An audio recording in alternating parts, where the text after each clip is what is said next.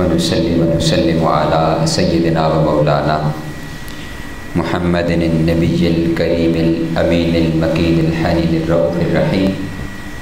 أما بعد، أعوذ بالله من الشيطان الرجيم. بسم الله الرحمن الرحيم. وَلَقَدْ أَرْسَلْنَا مُوسَى بِآيَاتِنَا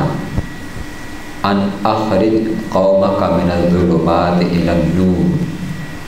وَذَكِّرْهُم بِأَيَّامِ اللَّهِ إِنَّ فِي ذَلِكَ لَآيَاتٍ لِكُلِّ صَبَّارٍ شَكُورٍ. صدق اللہ مولانا العظیم. ان اللہ وملائکتہ یصلون علی النبی یا ایھا الذین آمنوا صلوا علیہ وسلموا تسلیما. اللہم صلی علی سیدنا و مولانا محمد النبی الامی وعلی آلہ وسلم تسلیما. اللہ جل مجدہ کے فضل و کرم اور کریم آقا صلی اللہ علیہ وآلہ وسلم کی نالہ پاک کے تصدق سے بحمدہ تعالی جمعۃ المبارک اس عظیم اور بابرکت دن ہم اللہ رب العزت کے حضور اس کے گھر میں اس کا اور اس کے پیارے حبیب صلی اللہ علیہ وآلہ وسلم کا ذکر کرنے کے لیے موجود ہیں. یہ اسلامی مہینوں میں ربیع الثانی کا مہینہ شروع ہو چکا ہے اور اس کی جو تواریخ ابھی جاری ہیں ان تاریخوں کو نسبت ہے اور اس بحیر مہینے کو نسبت ہے سلطان الاولیاء حضور غوث الثقلین حضور سیدنا غوث الاعظم رضی اللہ تعالی عنہ شیخ عبدالقادر محی الدین جیلانی رضی اللہ تعالی عنہ رحمۃ اللہ علیہ. آپ کا کیونکہ یوم وصال ہے اس ماہ کی 11 تاریخ کو، تو اس مناسبت سے اس 11 سے ہمارے ہاں اس دن کو جو ایصال ثواب کی تقاریب منعقد کی جاتی ہیں یا محافل یا مجالس منعقد کی جاتی ہیں تو انہیں 11 کی نسبت سے 11ویں کہتے ہیں. باہر تو وہ ایصال ثواب کی محافل ہیں، ایصال ثواب کی، جن میں آپ کی تعلیمات کا، آپ کی شخصیت کا، آپ کی سیرت کا ذکر ہوتا ہے، آپ کے کمالات کا، فضائل کا ذکر ہوتا ہے اور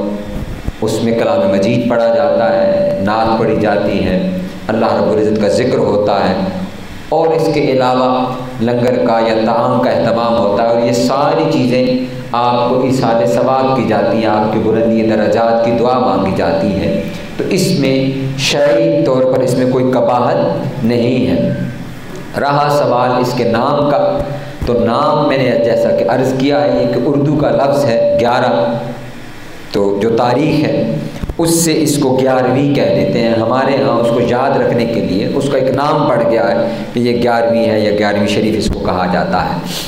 یہ دن ہم کیوں مناتے ہیں، ان دنوں کے اندر کیوں ہم خاص مجالس اور تقاریب کا اہتمام کرتے ہیں، محافل کا اہتمام کرتے ہیں، اور ان دنوں کو یاد کرنا کیوں ضروری ہے، اور بالخصوص حضور سیدنا غوث الاعظم رضی اللہ تعالیٰ عنہ آپ کی شخصیت کے حوالے سے کیا خاص باتیں ہیں. میں چند چیزیں آج کی اس نشست کے اندر عرض کروں گا اور باقی آپ کی جو تعلیمات ہیں اس حوالے سے، شخصیت کے حوالے سے ہم پچھلے 2 سالوں میں نے اس پر گفتگو کی ہے، تو اس سال میں چاہ رہا ہوں کہ ہم اگلا پورا مہینہ وہ ہم آپ کی تعلیمات کے اوپر گفتگو کریں، جس میں تصوف کیا ہے، حقیقی تصوف کا معنی کیا ہے، قرآن و حدیث میں اس کی کیا نص ہے، اس کی تعلیمات تصوف کی حقیقت کے اندر تصوف کی تعلیمات کیا ہے.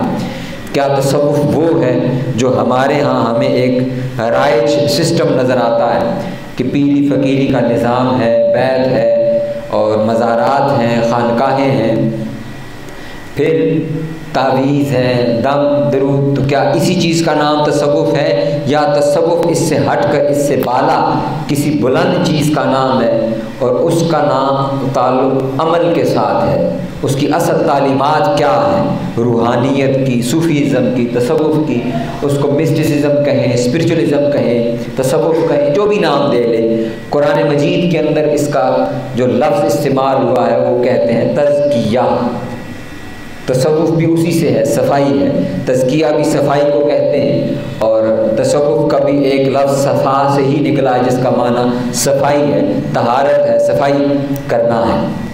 تو اس پر انشاءاللہ اگلی آنے والی نشستوں میں اس مضمون کے اوپر ہم گفتگو کریں گے۔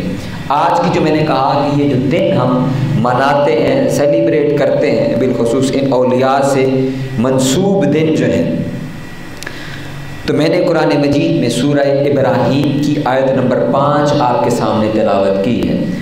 یہ آیت مبارکہ خاص اسی مضمون کو بیان کرتی ہے۔ اللہ رب العزت نے موسیٰ علیہ السلام سے متعلق ارشاد فرمایا، بسم اللہ الرحمن الرحیم، وَلَقَدْ أَرْسَلْنَا مُوسَىٰ بِآيَاتِنَا أَنْ أَخْرِجْ قَوْمَكَ مِنَ الظُّلُمَاتِ إِلَى النُّورِ۔ اللہ رب العزت نے فرمایا کہ اے موسیٰ، جو اللہ رب العزت کے برگزیدہ نبی، پیغمبر اور رسول ہیں، فرمایا کہ ہم نے بے شک موسیٰ کو ارسلنا، مبعوث کیا، بھیجا، بِآيَاتِنَا، اپنی نشانیاں دے کر کے بھیجا۔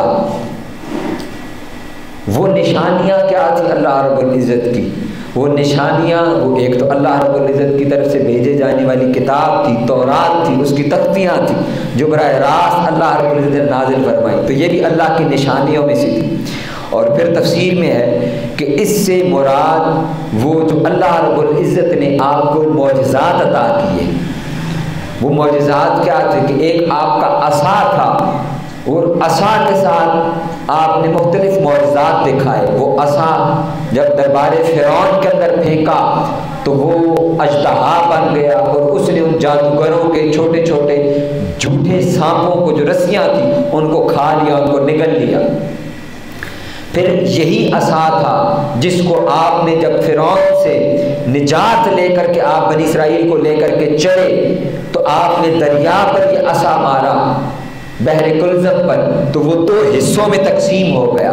اور موسیٰ علیہ السلام کی قوم کے لیے اللہ رب العزت نے راستہ بنا دیا۔ تو یہ اللہ کی نشانیوں میں سے ہے کہ اللہ فرماتا ہے کہ میں نے موسیٰ کو اپنی نشانیاں دی۔ پھر ایک معجزہ موسیٰ علیہ السلام کو دیا گیا، وہ یہ تھا کہ آپ اپنا ہاتھ اپنے بغل میں رکھ کے جب اس کو باہر نکالتے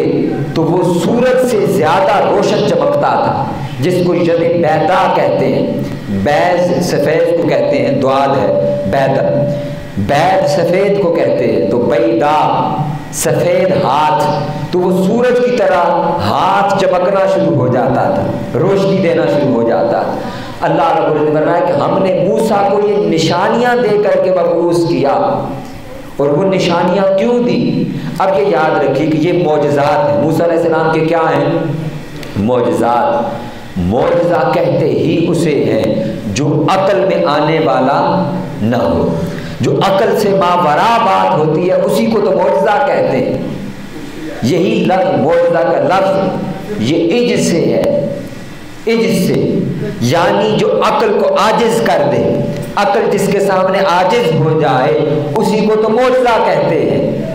اسی طرح جیسے اللہ رب العزت نے انبیاء کو معجزات عطا فرمائے ہیں، اللہ رب العزت اپنے برگزیدہ اولیاء کو انہی انبیاء کا فیض عطا کرتے ہوئے کرامات سے نوازتا ہے۔ اللہ رب العزت نے کرامات سے نوازتا ہے، اور یہ کرامت بھی، کرامت جس طرح نبی سے معجزہ کا ظہور ہوتا ہے جو ماوراء العقل ایک بات ہے، تو کرامت بھی ماوراء العقل بات ہوتی ہے۔ نادان لوگ اس کو مذاق بناتے ہیں اور اس کو سمجھتے ہیں کہ یہ بات تو پاسبل ہی نہیں ہے، یہ تو فلمی سی بات لگتی ہے، یہ تو عقل میں آنے والی بات ہی نہیں ہے کہ ایسا کیسے ہو گیا کہ ایک شخص وہ ایک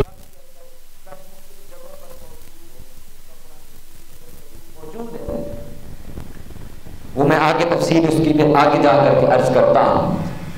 کہ اس کی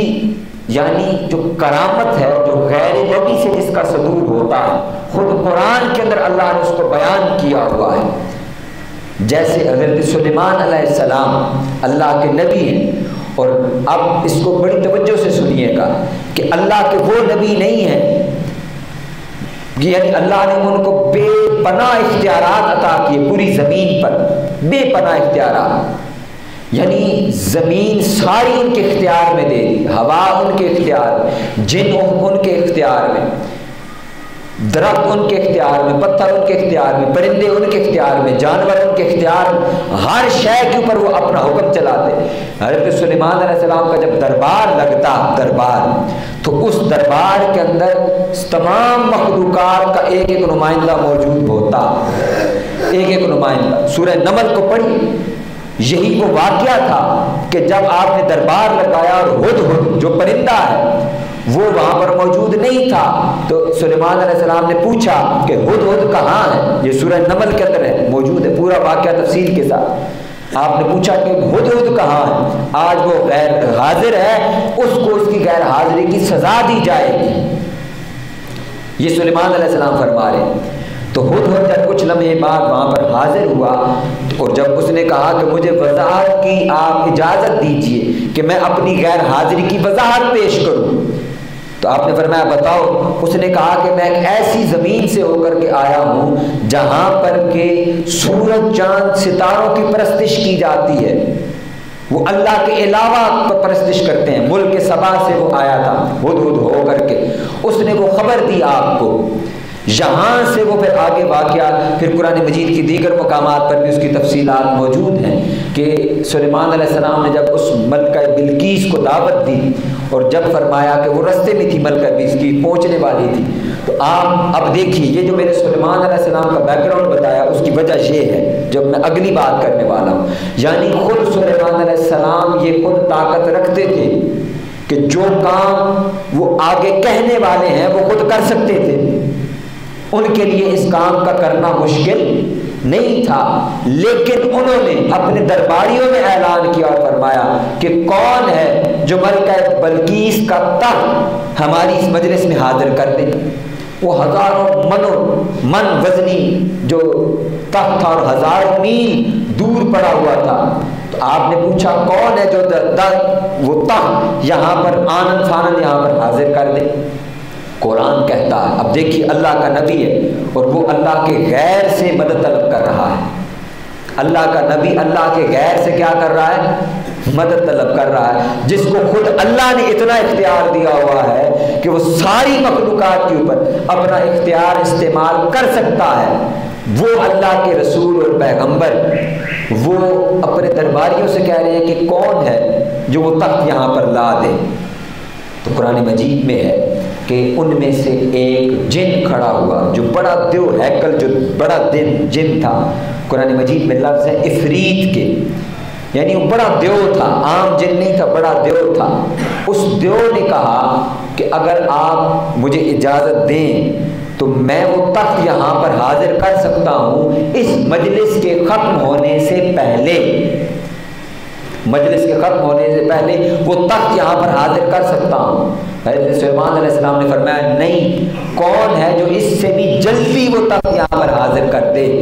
تو قرآن کہتا ہے پھر وہ کھڑا ہوا شخص جس کو اللہ کی کتاب کا علم تھا، یاد رکھیے وہ شخص نبی نہیں تھا، وہ اللہ کے اولیاء میں سے تھا، ولیوں میں سے تھا۔ اس نے کہا کہ میں وہ تخت اتنی جلدی لا سکتا ہوں کہ آپ کی پلک جھپکنے سے بھی پہلے وہ تخت یہاں پر حاضر ہوگا۔ اب یہ ماورا العقل بات ہے اور غیر نبی کی بات ہے، جو بات میں نے شروع کی کہ اللہ نے فرمایا کہ ارسلنا موسیٰ بآیاتنا، ہم نے موسیٰ کو وہ آیات اور نشانیاں دی ہیں، تو اللہ رب العزت اس کا فیض اولیاء کو بھی عطا فرماتا ہے، اور اولیاء سے بھی ایسی ماورا العقل معجزات اور کرامات کا ظہور ہوتا ہے۔ نبی سے صادر ہو تو ہم اس کو معجزہ کہتے ہیں، اور ولی سے صادر ہو تو ہم اس کو کرامت کہتے ہیں، ہم اس کو کرامت کہتے ہیں۔ تو آصف بن برقیہ تفسیر کے اندر نام آتا ہے کہ آصف بن برقیہ اس اللہ کے ولی کا نام تھا، اور اس نے کہا کہ میں آپ کی پلک جھپکنے سے بھی پہلے تخت یہاں پر حاضر کر دوں گا، اور یہی ہوا کہ آپ محض کتنی دیر لگتی ہے، ذرا جھپک کر دیکھیں پلک جھپکنے میں کتنی دیر لگتی ہے، غیر محسوس انداز میں تو پتہ بھی نہیں چلتا، محض یعنی آپ کا اوپر کی پلک نیچے لگی اور جو ہی آنکھ دوبارہ بیدار ہوئی کھلی ہوئی تخت حاضر تھا، موجود تھا، فقط اتنا وقت لگا، بس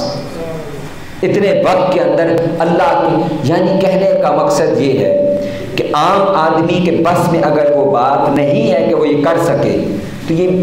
اس پر حیران ہونے کی یا اس پر سوال کرنے کی کہ یہ کیسے پاسبل ہے، یہ تو عقل میں آتی ہی نہیں ہے بات۔ ہمارے اساتذہ نے ایک مثال دی، میں وہ مثال دے کے پھر اگلے مضمون کی طرف آتا ہوں۔ وہ کہتے ہیں کہ جیسے آپ 20 کلو آٹے کا تھیلا ہے، 20 کلو آٹے کا تھیلا، وہ آپ 5 یا 10 سال کے بچے کو کہیں کہ یہ اٹھا لے، تو بچے کی تو نہ ہڈیاں اس قابل ہیں، نہ اس کا جسم اتنا توانا ہے کہ وہ اس تھیلے کو، مانا یہ ہے کہ اس کے بس میں نہیں ہے۔ اگر وہ بچہ نہیں کر سکتا تو ہم یہ نہیں کہیں گے کہ دنیا میں کوئی بھی شخص یہ 20 کلو کا تھیلا نہیں اٹھا سکتا۔ یہی کرامت ہے کہ اس بچے کے بس کی بات نہیں ہے کہ وہ یہ کام کر سکے۔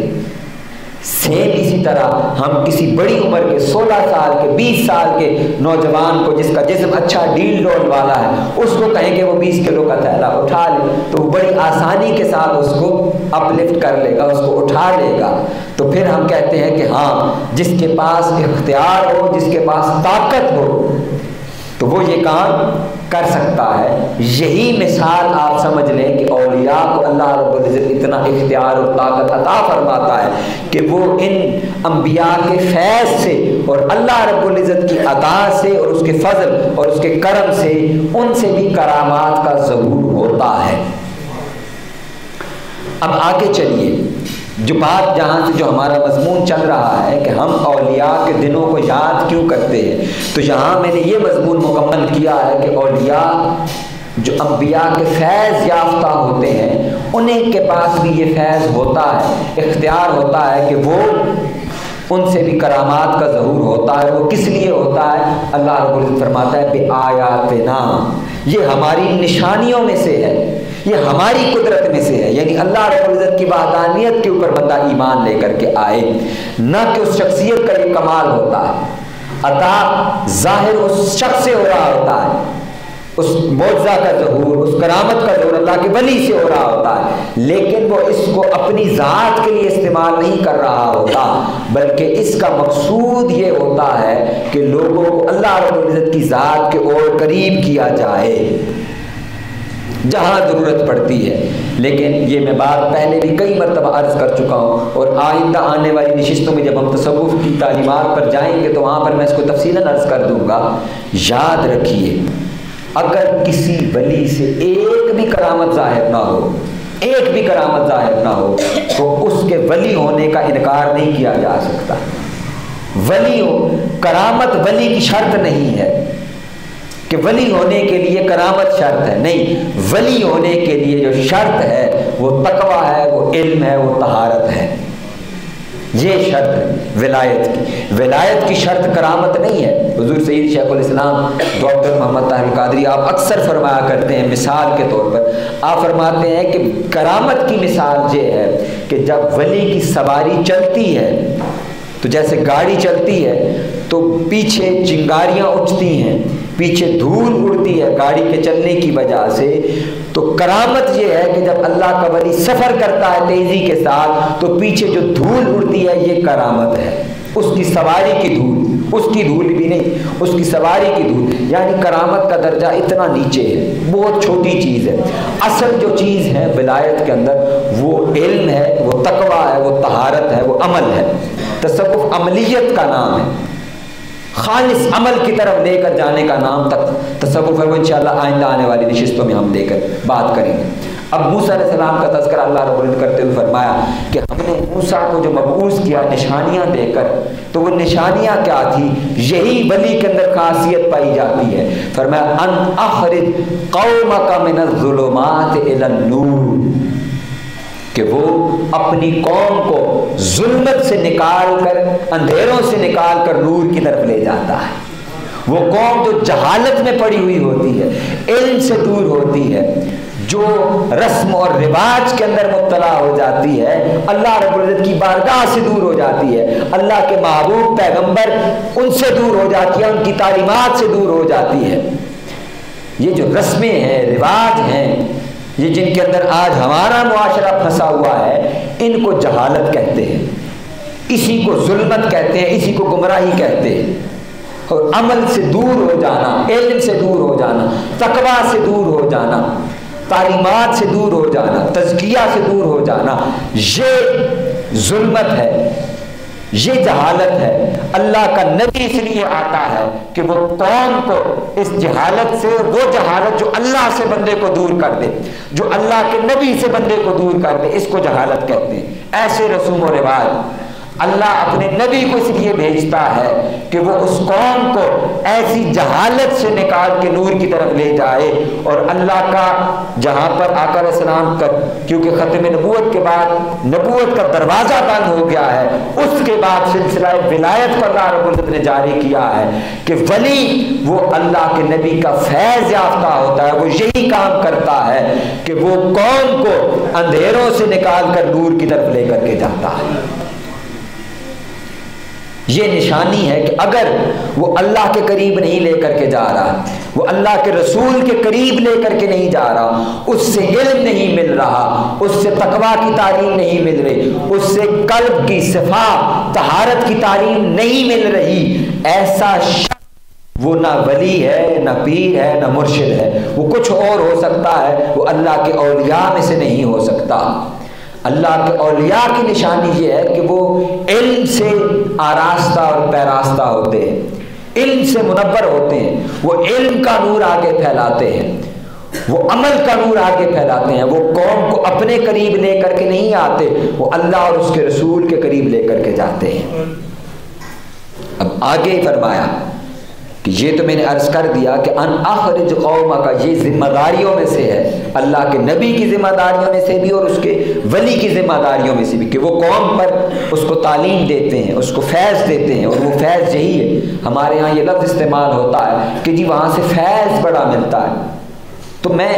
عرض کر دوں کہ اس فیض کی ترجمہ اور ٹرانسلیشن کیا ہے۔ اس فیض کی ٹرانسلیشن یہ ہے کہ اگر میری زندگی کے اندر مجھے علم نصیب ہو رہا ہے، علم، میں کہوں گا کہ مجھے فیض مل رہا ہے میرے شیخ سے، اگر مجھے عمل نصیب ہو رہا ہے، میں بدعملی میں گمراہی کے اندر ڈوبا ہوا ہوں، وہاں سے نکل کر عمل کی طرف آ رہا ہوں، میرے اخلاق سنور رہے ہیں، میرا کردار سنور رہا ہے، اب میں کہوں گا کہ مجھے فلاں بزرگ کا، میرے شیخ کا مجھے فیض مل رہا ہے۔ فیض، وہ فیض یہ نہیں ہے کہ ہم نے کوئی دم درود ڈال کے بندے ٹھیک کرنے ہیں تو یہ فیض ہے۔ یہ حقیقی فیض یہ ہے اولیاء کی تعلیمات میں سے، اسلام کی تعلیمات میں سے، قرآن و سنت کی تعلیمات میں سے حقیقی فیض یہ ہے کہ بندوں کی جو اندر کی بیماریاں ہیں، روحانی بیماریاں، باطن کی بیماریاں ہیں، اللہ کا ولی ان بیماریوں کا علاج در حقیقت کرتا ہے۔ اور پھر اللہ کا فضل ہوتا ہے اس کے اوپر، جب وہ یہ علاج کر رہا ہوتا ہے، اس علاج کے صدقے سے ظاہری بیماریاں بھی پھر ٹھیک ہوتی چلی جاتی ہیں، وہ ظاہری بھی ہوتی ہیں، لیکن میں نے پھر کہا کہ وہ شرط نہیں ہے، وہ شرط نہیں ہے۔ اور پھر آگے فرمایا وَذَكِّرْهُمْ بِأَيَّامِ اللَّهِ، اور اللہ کے دنوں کی، موسیٰ کو فرمایا کہ اے موسیٰ اس قوم کو ظلمت سے نکال کر نور کی طرف لاؤ، وَذَكِّرْهُمْ بِأَيَّامِ اللَّهِ، اور انہیں اللہ کے دنوں کی یاد دلاؤ۔ یہ وہ بات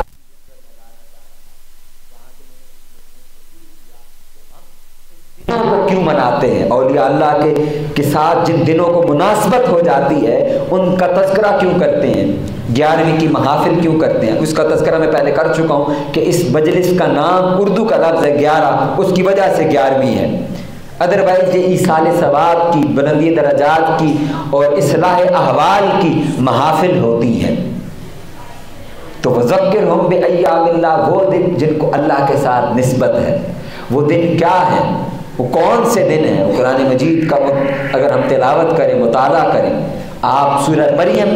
کا آغاز دیکھیے، اللہ رب العزت سورہ مریم میں بار بار ایک ایک نبی کی ولادت کو یاد کرتا ہے،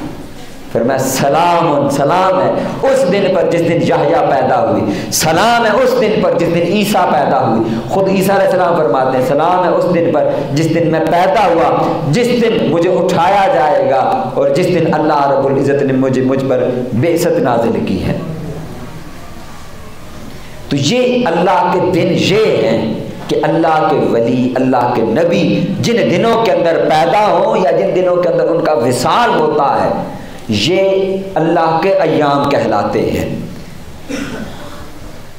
اور جن میں اللہ رب العزت اپنے بندوں پر انعام کرتا ہے، کوئی خاص نعمت نازل کرتا ہے، وہ خاص واقعہ اس دن کے ساتھ جڑا ہوا ہوتا ہے۔ مثلا حج کا دن ہے، اب حج بھی وذکرہم بایام اللہ کے تحت ہی آتا ہے، لیکن اگر آپ دیکھیں ہم کہتے ہیں کہ حج ایک فرض عبادت ہے، لیکن عبادت تو ہے، عبادت ہے کیا؟ حج کے رکن اعظم یہ ہے کہ میدان عرفات میں جا کر چند گھڑیاں 9 ذی الحجہ کے دن آپ نے گزارنے ہیں، بس چند لمحے، چند ساعتیں، یعنی آپ 1 منٹ کے لیے بھی اگر میدان عرفات میں 9 ذی الحجہ کو بیٹھ جائیں آپ کا حج ہو جائے گا۔ اب کل اتنی عبادت ہے، اس کو عبادت کہتے ہیں۔ اور یہ دن کیا ہے، مناسبت اس کو کیا ہے؟ نسبت یہ ہے کہ آدم علیہ السلام اور حوا سلام اللہ علیہا وہ میدان عرفات کے اندر ان کی ملاقات ہوئی تھی، اللہ نے اس کو سیلیبریشن بنا دیا۔ یہ ہے وذکرہم بایام اللہ، اللہ کے دنوں کو یاد کرنا۔ اسی طرح سیدہ ہاجرہ سلام اللہ علیہا، آپ اپنے بیٹے اسماعیل علیہ السلام کے لیے پانی تلاش کرنے کے لیے صفا اور مروہ کی پہاڑی پر دوڑ لگائی آپ نے، اللہ رب العزت نے اس کو بھی عبادت بنا لیا تھا۔ اور ہاجرہ سلام اللہ علیہ نبیہ تو نہیں ہے، نبی تو نہیں ہے، وہ تو اللہ کی ولیہ ہیں، تو ولیہ اور اللہ اس ولی کے دن کو سیلیبریٹ کر رہا ہے۔ اور اللہ قرآن میں کہتا ہے کہ یہ صفا اور مروہ شعائر اللہ، یہ اللہ کی نشانیوں میں سے ہے۔ یہ معنی ہے اللہ کے دنوں کو یاد کرنے کا۔ اب سوال ہے اللہ ان دنوں کو کیوں یاد کرتا ہے یا کرواتا ہے، کہ ہمیں کیوں ہم ان دنوں کو یاد کرتے ہیں؟ اس پر ایک آیت مبارکہ اور ایک حدیث مبارکہ عرض کر دیتا ہوں۔ آیت مبارکہ کیا ہے؟ اللہ رب العزت نے فرمایا بسم اللہ الرحمن الرحیم فاذکرونی اذکرکم، اے میرے بندے تو مجھے یاد کر میں تجھے یاد کروں گا۔ تو چاہے حضور سیدنا غوث الاعظم ہو، حضور خواجہ غریب نواز ہو، حضور داتا گنج بخش علی حجویری رضی اللہ تعالیٰ عنہ، یہ سارے اولیاء ہوں، ان کی زندگی اس بات میں گزری ہے، ان کی تعلیمات کے اندر یہ چیز تھی، ساری عمر یہ اللہ کا ذکر کرتے رہے، اس کے نام کو جپتے رہے، اور لوگوں کے دلوں کے اندر اس کی یاد، اس کی محبت، اس کے نام کو جاگزین کرتے رہے۔ اللہ نے فرمایا تم مجھے یاد کرو، میں تمہیں۔ تو اللہ بندے کو کیسے یاد کرتا ہے؟ اللہ بندے کو ایسے یاد کرتا ہے کہ وہ مخلوق کے دلوں کے اندر ان کی محبت ڈال دیتا ہے، اور مخلوق قیامت تک کے لیے ہستیوں کا نام لیتی ہے، نام لیتی ہے۔ یہ ایک حدیث مبارکہ ہے، اس میں یہ ہے آخر صاحب نے فرمایا کہ فرشتے زمین پر آتے ہیں، جب واپس جاتے ہیں اللہ رب العزت پوچھتا ہے کہ بتاؤ کیا خبر لے کر کے آئے؟ وہ کہتے ہیں باری تعالیٰ میں اس مجلس میں سے گزرے، وہاں تیرے بندے بیٹھ کر تجھے یاد کر رہے، تیرا ذکر کر رہے۔ باری تعالیٰ فرماتا ہے کہ تم نے بدری ہوئی مجھے زمین پر یاد کر، میں ان کا ذکر سب سے بہتر مجلس یعنی ملائکہ کی مجلس میں آسمانوں میں کرتا ہوں، وہ مجھے زمین پر یاد کرتے ہیں، میں انہیں آسمانوں پر یاد کرتا ہوں۔ دوسری حدیث میں بات ہے بڑی بات جو ہمارے سارے مسئلے کو حل کر دینے والی، وہ بخاری شریف کی روایت ہے۔ آقا علیہ السلام نے فرمایا جب اللہ رب العزت اس بندے سے محبت کرتا ہے، محبت دنیا کا، تو پھر کیا ہوتا ہے؟ اللہ پچھلی کتاب میں ہم نے کہا کہ آقا علیہ السلام کی محبت کا معاملہ کیا ہے۔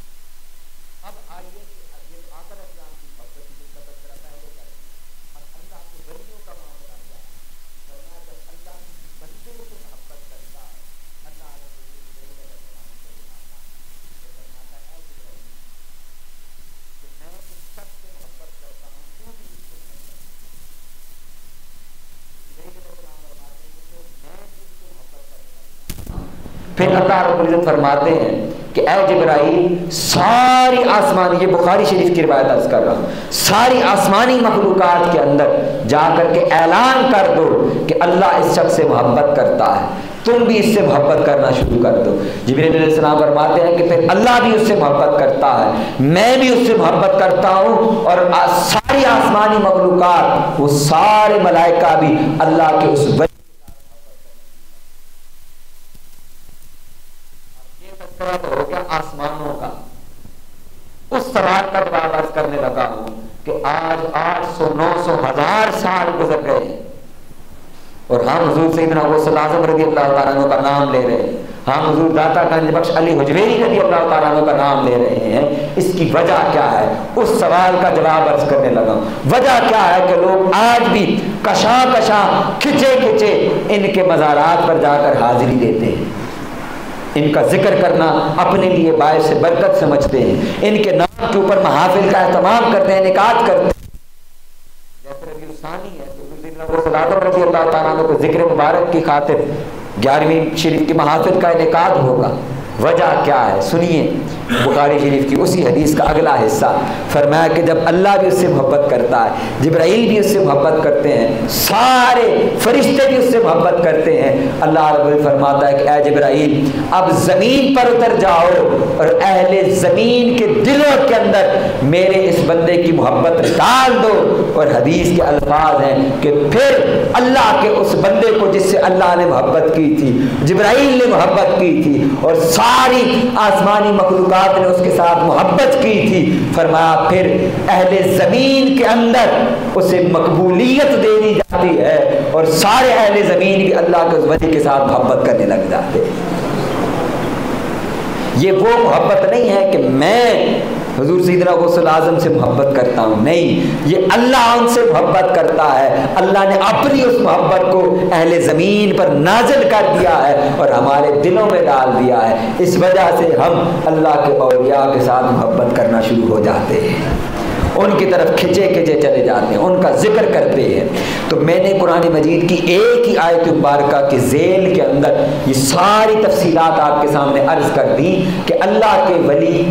کی نشانیاں کیا ہیں، ان کو کیا مقام و مرتبہ ملتا ہے، ان سے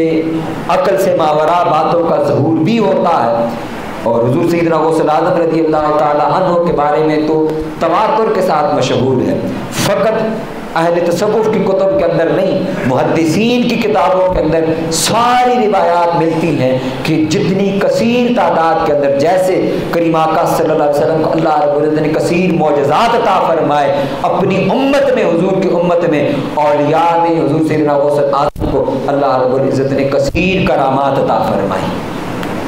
تو انشاءاللہ اگلی آنے والی نشستوں کے اندر ہم آپ کی تعلیمات اور اس پر تفصیل کے ساتھ گفتگو کریں گے کہ تصوف کیا ہے، اس کی حقیقت کیا ہے، یہ کہاں سے اوریجنیٹ ہوا ہے اور اصل تصوف کی تعلیمات کیا ہے۔ انشاءاللہ اگلی نشستوں میں ہم 1 یا 2 ماہ اسی پر گفتگو کریں گے۔ اللہ رب العزت ہمیں ہدایت عطا فرمائے۔ وما علیہ الا البلاغ۔